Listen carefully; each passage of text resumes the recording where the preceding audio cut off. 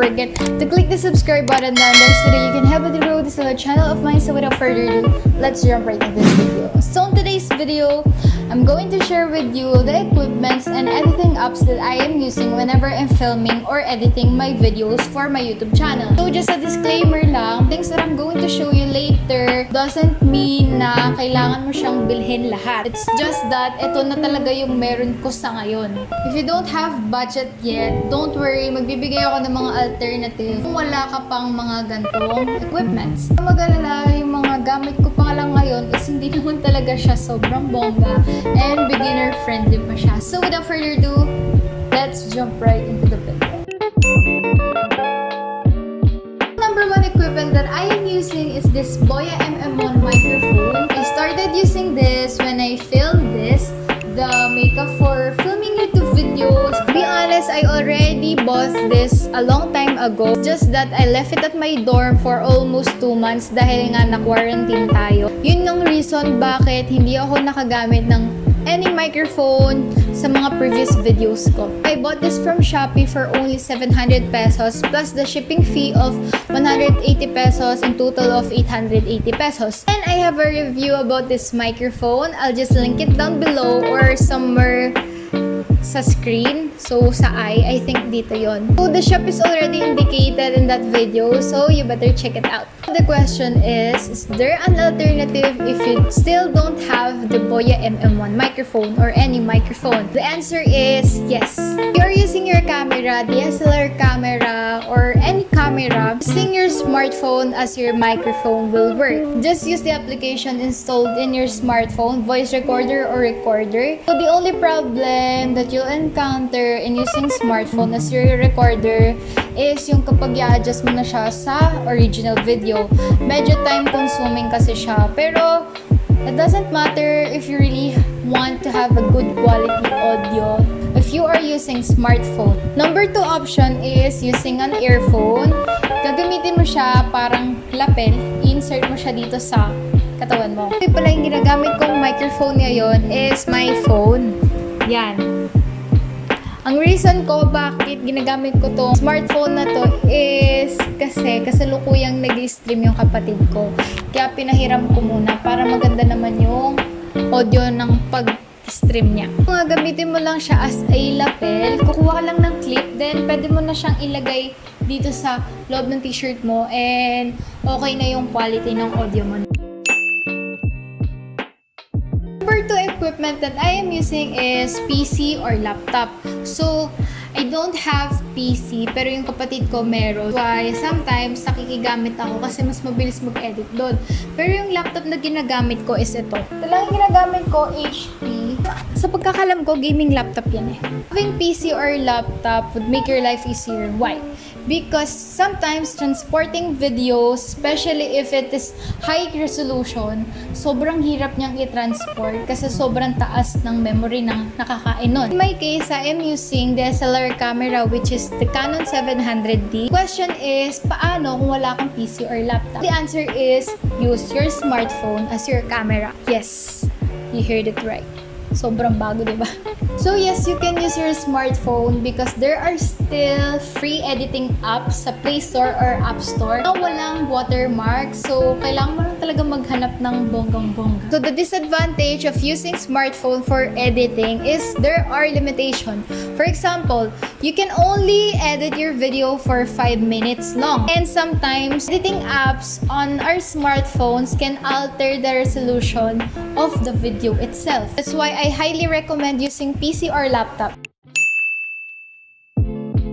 So number 3 equipment that I am using is my DSLR camera Canon 700D. So the one that I have now is actually a gift for my 17th birthday. So hindi ko siya binili mismo. And to be honest, this had really helped me a lot kasi sobrang ganda ng resolution niya. Kung nakikita niyo naman sa video, ayan. And as much as possible, I want my viewers to watch a good quality video. But I am not encouraging you to start with a camera because honestly, I just started with a smartphone din. Real talk lang, if you started your YouTube channel, yung content talaga yung hahanapin ng mga viewers dyan. Syempre, isa na ding factor dyan yung kagandahan ng quality ng video mo. Pero the truth is, yung content talaga yung habol nila, yung idea ng content mo. So, what is the alternative? If you don't have camera, syempre, use your smartphone.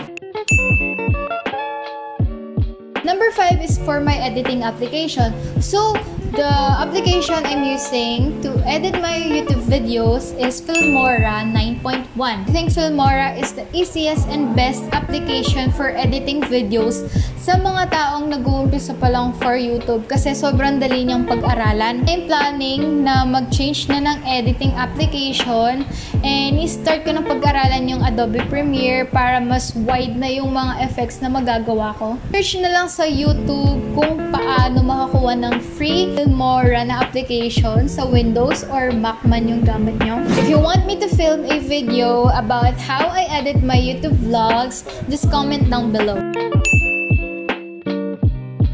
Number 5. For editing my thumbnail, I use Canva. So, this is my most favorite application for editing photos and videos. Yes, pwede mo rin i-edit yung video mo dun. This is actually a versatile application because you can edit whatever you want. You can edit whatever you want. May mga stickers, may mga elements na dyan. And kung napapansin nyo, yung mga thumbnails na ginagawa ko is simple lang kasi ayoko siyang magmukhang overcrowded. Nakalimang menu visitor ng YouTube channel ko. Want me to film a video about how I edit my YouTube thumbnail? Just comment down below. Talagang makikinig ako sa inyo. Gagawin ko talaga yan kung gusto nyo. For my lighting. Overall, I have 4 sources of lighting. Number 1 is the sunlight. So, kung nakikita nyo, nakatapat ako ngayon sa bukas na pinto. So, actually, hinapon na nga ako pero meron pa rin naman liwanag. So, number 2 source of my light is my ring light. So, ipapakita ko na lang dito kung ano yung tsura ng ring light ko. So, I bought this from Shopee for only 700 pesos and the quality is actually good. I think nasa akin siya for almost 1 year na. So, good quality naman siya. But the problem is, hindi ko siya malilink kasi pinasabay ko lang siya sa pinsan ko. Pero I'll try to ask her. Nandun pa yung purchase history niya. Number 3 source is from my emergency light. So, marami kaming emergency light dito kasi recently, madalas nag-brown out. So, minsan, kapag nag-film ako ng night, yun ang ginagamit kong backup na lighting kasi hindi talaga kakayanin ng isang ring light lang. Pakita ko lang sa inyo kung ano itsura kapag walang ring light kasi eto siya. Merong controls dito. Natural light lang yung gamit. Ganito yung itsura. Diba? Kanina sobrang liwanag pa. Diyan hinapon na lang talaga ako. So yan, binalik ko na. And pwede rin siyang ma-adjust. Yan. Yan. Ayan na yung todo. Lastly, number 4 source is from my study lamp. This is my recent source of lighting and actually ginagamit siya ngayon ng kapatid ko habang nag-stream dahil nga kinuha yung ring light. And actually kapag nag-stream siya, ring light and mic ko yung nagagamit niya kasi recently lang nasira din yung mic niya. Currently, I am planning to make a DIY softbox kasi marami na akong napanood sa YouTube on how to do it. So, search na lang din kung curious kayo kung paano gawin siya. And now we're done. Thank you guys for watching. If you have any question, just leave it down below and i-answer ko na lang siya. So yeah, please do consider to like and share this video and subscribe to my channel. And click on the ring notification bell para notified ka whenever I post a new video. See you guys in my next video. Bye!